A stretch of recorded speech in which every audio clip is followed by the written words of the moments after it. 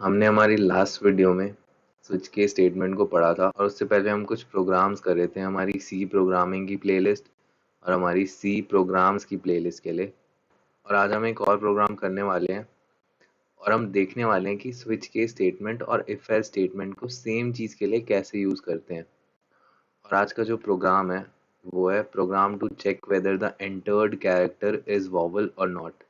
हम इस प्रोग्राम में चेक करेंगे कि जो हमारा कैरेक्टर है वो एक वॉवल है या नहीं है। तो हम एक कैरेक्टर एंटर कराएंगे और उसके बाद हम चेक करेंगे। तो अगर वो वॉवल हुआ तो हम प्रिंट करा देंगे कि हाँ वो वॉवल है, और अगर वो वॉवल नहीं हुआ तो हम प्रिंट करा देंगे कि नहीं वो वॉवल नहीं है। सिंपल है बहुत। बट हम ये प्रोग्राम इसलिए कर रहे हैं क्योंकि हमें समझना है, और हम जितने ज़्यादा प्रोग्राम्स करेंगे उतने अच्छे से हमें चीज़ें समझ आएंगी और हम आगे फिर और डिफ़िकल्ट प्रोग्राम्स भी कर पाएंगे। मैं आपको सजेस्ट करूँगा कि आप ये सारे कोड्स अपने आप लिख के देखो। जब आप खुद से टाइप करते हो तो आपको चीज़ें समझ और अच्छे से आती है और आपको सिंटैक्स भी याद रहता है। आप बस ट्यूटोरियल देखते रहोगे तो आपको चीज़ें समझ तो आ जाएंगी, बट लॉन्ग टर्म के लिए आपको उन्हें याद रखने के लिए खुद टाइप करके देखना होगा। और जब आप ये चीज़ें लिखोगे, जो चीज़ें मैं पढ़ाता हूँ उन चीज़ों को आप नोट्स बना के लिखोगे तो आप रिवाइज भी कर सकते हो, और आप इन कोड्स को खुद टाइप करोगे तो आप इन चीज़ों को याद भी रख सकते हो। तो अब हम इस प्रोग्राम को शुरू करते हैं।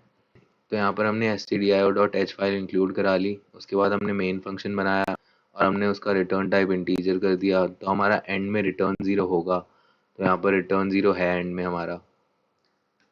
अब हमने यहाँ पर कैरेक्टर टाइप का एक वेरिएबल बनाया है जिसका नाम हमने सी रखा है, क्योंकि हमें एक सी की ज़रूरत है, एक कैरेक्टर की हमें ज़रूरत है। तो हम प्रिंट कराएंगे एंटर द कैरेक्टर। हम यूज़र से अब बोलेंगे कि हाँ भाई आप कैरेक्टर को एंटर करो, और उसके बाद हम स्कैनएफ का यूज़ करके परसेंटेज सी और एड्रेस दे के हम उस कैरेक्टर को इनपुट करवा लेंगे। और यहाँ पर सिंटैक्स का ध्यान रखना, सिंटैक्स कभी गलत मत करना। यहाँ पर हमें एम्परसेंड देना होता है, और फॉर्मेट स्पेसिफायर का भी ध्यान रखना, परसेंटेज सी होगा। फिर हम स्विच के स्टेटमेंट स्टार्ट करेंगे। स्विच में हम जो वेरिएबल दे रहे हैं वो सी दे देंगे। हमने सी दे दिया, हमने यूजर से इनपुट कराया एक कैरेक्टर, हमने वो स्विच को दे दिया। अब स्विच चेक करेगा अलग अलग केसेस के लिए और उन केसेस के हिसाब से हमारी आउटपुट को प्रिंट कराएगा। तो यहाँ पर हमारे बहुत सारे केसेस हैं।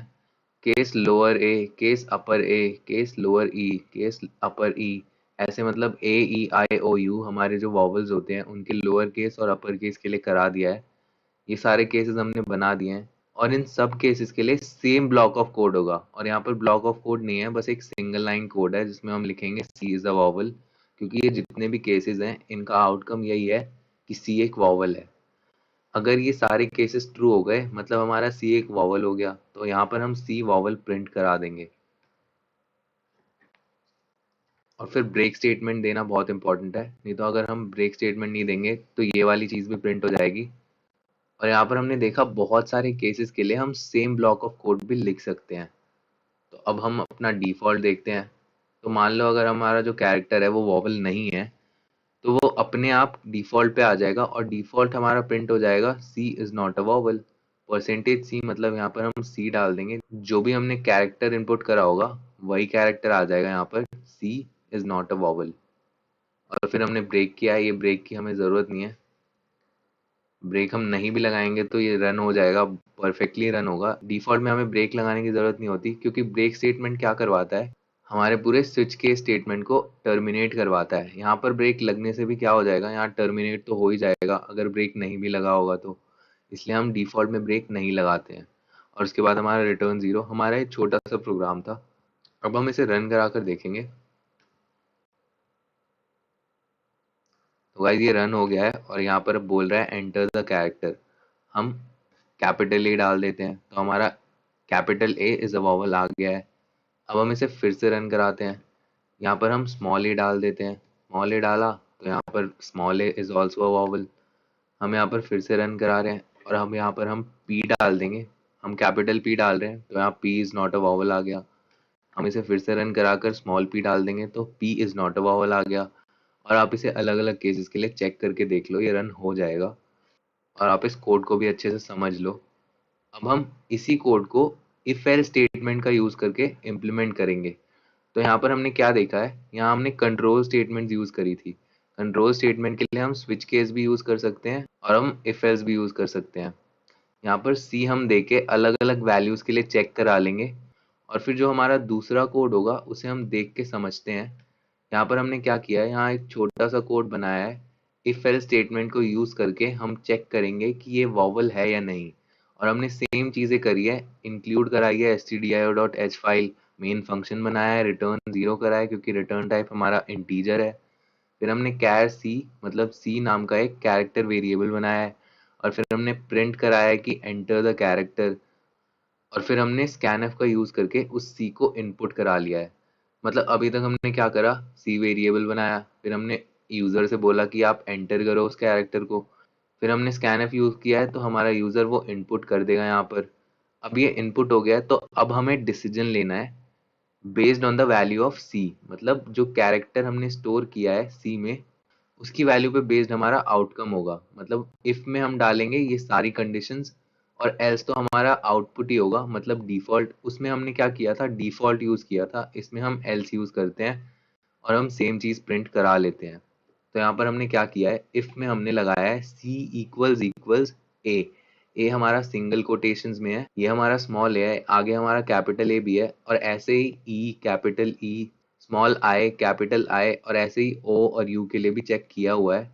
और यहाँ पर हमने बीच में और लगाया है, मतलब सी की वैल्यू कोई एक ही होगी और इनमें से कोई भी हो गई। मतलब और का मतलब क्या होता है, इनमें से कोई एक भी ट्रू हो गया, मतलब या सी की वैल्यू स्मॉल ई हो गई, सी की वैल्यू स्मॉल आई हो गई, कैपिटल आई हो गई, कैपिटल ई हो गई, इनमें से कुछ भी हो गई, और ऐसे ही लगता है हमारा। और जब हम लगाते हैं उनमें से कोई एक भी ट्रू हो जाता है तो वो वैल्यू ट्रू हो जाती है।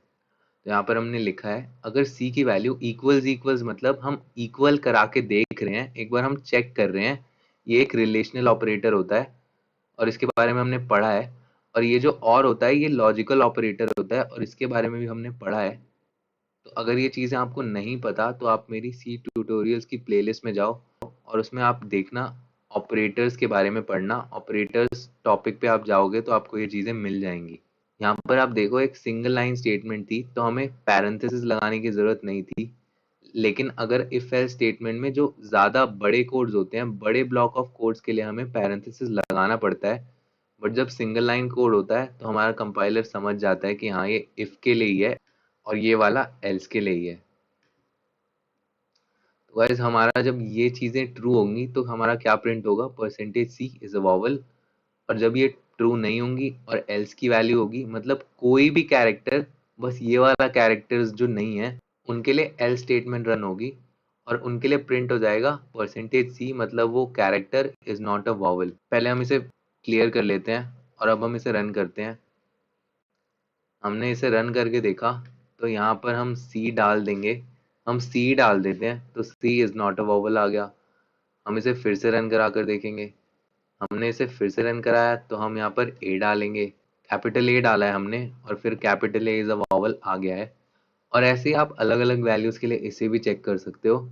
यहाँ पर हमने दो तरीके देखे जिससे हम एक वॉवल को चेक कर सकते हैं। हमने स्विच के स्टेटमेंट का यूज किया और इफ एल्स स्टेटमेंट का यूज किया, लेकिन हमारा लॉजिक सेम था। मतलब हम सेम प्रोग्राम को अलग अलग तरीकों से इम्प्लीमेंट करा सकते हैं। कोई और प्रोग्रामर शायद होगा वो किसी और तरीके से इन चीज़ों को इम्प्लीमेंट कराए।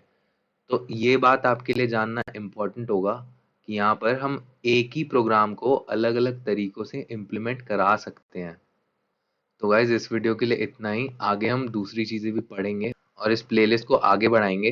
तो गाइज इस वीडियो के लिए इतना ही, आप मेरी वीडियो को लाइक करो, और अगर आप लाइक करोगे तो मेरा मोटिवेशन बढ़ेगा और मैं ऐसी और वीडियोस आपके लिए बनाऊंगा। तो guys thank you and please like and subscribe to codes.sobism।